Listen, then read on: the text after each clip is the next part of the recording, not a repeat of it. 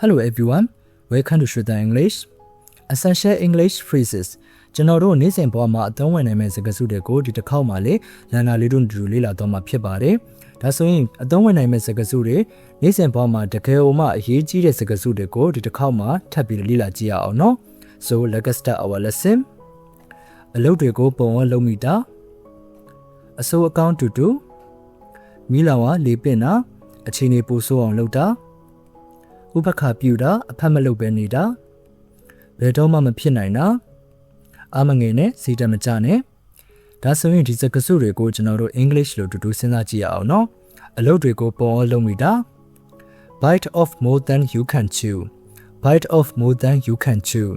ဒါကတော့အဓိပ္ပာယ်ကအင်္ဂလိပ်စကားပုံပေါ့နော်စကားပုံတစ်ခုနဲ့ပြောတယ်ဥပမာစားနိုင်တာထက်ပိုမစားနဲ့ဒီလိုမျိုးပေါ့ဒါဆိုရင်သူနဲ့အဓိပ္ပာယ်ကတည်းကပြောမယ်ဆိုရင်ကိုကလုံနိုင်တာထက်ပိုမလုံနဲ့ဆိုတဲ့သဘောကိုပြောချင်တာလေတူတူပဲပေါ့နော်ဥပမာကိုကဒီခက်ခဲတို့ဒီလောက်ပဲပေါ့နော်လုံနိုင်တယ်ဒါပေမဲ့လောဘကြီးပြီးတော့ငါလုံနိုင်ပါတယ်ဆိုပြီးတော့အကုန်လုံးလက်ခံပြီးတော့ကိုကလှုပ်ပေးလိုက်တယ်ဒါဆိုရင်အလုပ်တွေကိုပုံရောလုပ်မိတယ်သို့မဟုတ်လုံနိုင်တာထက်ပိုမလုံနဲ့ဆိုတဲ့သတိပေးတဲ့အခိုက်အတန့်မှာဆိုရင်သုံးလို့ရတယ် so don't bite off more than you can chew ဟုတ်ပြီနော်နင်လုံနိုင်တာထက်ပိုမလုံနဲ့အစိုးကောင်းတူတူ truth think and them truth think and them အဓိပ္ပာယ်ကတော့ကျွန်တော်တို့ဒီခြေနေစိုးတွေပဲဖြစ်ဖြစ်အကောင်းတွေပဲဖြစ်ဖြစ်ပေါ့နော်ဘယ်ခြေနေမဆိုရင်ကို sporting ပေးမဲ့သူကိုနဲ့အမြဲတမ်းအနီးနားမှာရှိပေးနိုင်တဲ့သူကိုကျွန်တော်တို့ကဖော်ပြခြင်းနဲ့ဆိုရင်သုံးလို့ရတယ် so truth think and them နောက်တစ်ခုဘယ်အဓိပ္ပာယ်နဲ့ယူဆလို့ရလဲဆိုရင် A to ပူမြပေါ့နော်ဆိုတော့သူနဲ့ငါ A to ပူမြရှိတယ်သို့မဟုတ်အခြေအနေကစိုးကောင်းတူရှိတယ်ဆိုရင်ဒီစကားစုကိုသုံးလို့ရတယ်မိလောင်ကလေပင့်တာအချိန်နေပို့ဆိုးအောင်လုပ်တာ add fuel to the fire add fuel to the fire ဒီဘက်ကတော့ကျွန်တော်တို့ပြဿနာတွေဖြစ်နေတယ်ဒီလိုမျိုးပြဿနာတွေဖြစ်နေတဲ့အခိုက်အတန့်မှာကျွန်တော်တို့ပို့ပြီးတော့ဆိုးရွားအောင်လုပ်တဲ့သူတွေကိုပေါ့နော်ပြောချင်တယ်ဆိုရင်ဒီစကားစုကိုသုံးလို့ရတယ် hey don't add fuel to the fire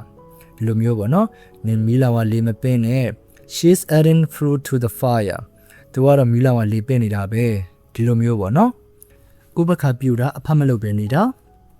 give someone the cold shoulder give someone the cold shoulder အဓိပ္ပာယ်ကတော့ကျွန်တော်တို့ဒီတရားရုံးနဲ့ပတ်သက်ပြီးတော့ဒါလိလူရှုလိုက်တယ်နောက်ပြီးတော့အဖတ်မလုပ်ပဲနေတယ်ဆိုတဲ့သဘောမျိုးပြောတာပေါ့နော်ပြောမယ်ဆိုရင်ကျွန်တော်တို့ဒီအာယုံမဆိုင်တော့တယ်ဆိုတဲ့အခိုက်အတန့်တွေမှာဆိုရင်လည်းသုံးလို့ရတယ်ပေါ့နော်ဘယ်တော့မှမဖြစ်နိုင်တာ one pigs fly one pigs fly အဓိပ္ပာယ်ကတော့ကျွန်တော်တို့ဒီ word တွေကမပြန်ဘူးလေဆိုတော့နေဝတ်တွေပြန်လာမှဆိုတဲ့သဘောမဖြစ်နိုင်တဲ့အတွက်ကြောင့်ဘယ်တော့မှမဖြစ်နိုင်ဘူးဆိုရင် one pigs fly for example I love you one pigs fly လိုမျိုးပေါ့နော် I will love you one pigs fly ဝတ်တွေပြန်လာအချိန်ကျရင်တော့ငါနဲ့ကိုချစ်မယ်ပေါ့ဒါဆိုရင်အဓိပ္ပာယ်ကလုံးဝမချစ်နိုင်ဆိုတဲ့သဘောယူဆတာပေါ့နော်အမငယ်နဲ့စိတ်တမကြနဲ့ keep your chin up keep your chin up အဓိပ္ပာယ်ကတော့ကျွန်တော်တို့ဘယ်လိုအခြေအနေပဲဖြစ်ဖြစ်ဘယ်လိုခက်ခဲတွေပဲဖြစ်ဖြစ် confidence ရှိနဲ့အာမငယ်နဲ့စိတ်တမကြနဲ့စကြိုးစားထားဆိုတဲ့အဓိပ္ပာယ်မျိုးယူဆတယ် so we can say keep your chin up ဒါဆိုရင်ကျွန်တော်တို့စအနေဆုံးတစ်ခေါက်တော့ပြန်ပြီးဖတ်ကြည့်ရအောင်နော် bite off more than you can chew bite off more than you can chew truth think and them truth think and them add fuel to the fire add fuel to the fire give someone the cold shoulder give someone the cold shoulder one pigs fly one pigs fly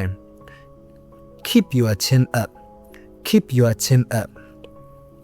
ဒါဆိုရင်ကျွန်တော်တို့အစနေဆုံးဒီတစ်ခေါက်တော့ဖတ်ခဲ့ကြတယ်ပေါ့နော်ဒါဆိုရင်ဒီစကားစုတွေကကျွန်တော်တို့နေ့စဉ်ပေါ်မှာလည်းတကယ်အသုံးဝင်နေတဲ့စကားစုတွေလို့ကျွန်တော်ထင်မြင်မိပါတယ်ဆိုတော့ဒီစကားစုကနေကျွန်တော်တို့လေ့လာစရာသင်ခန်းစာတွေ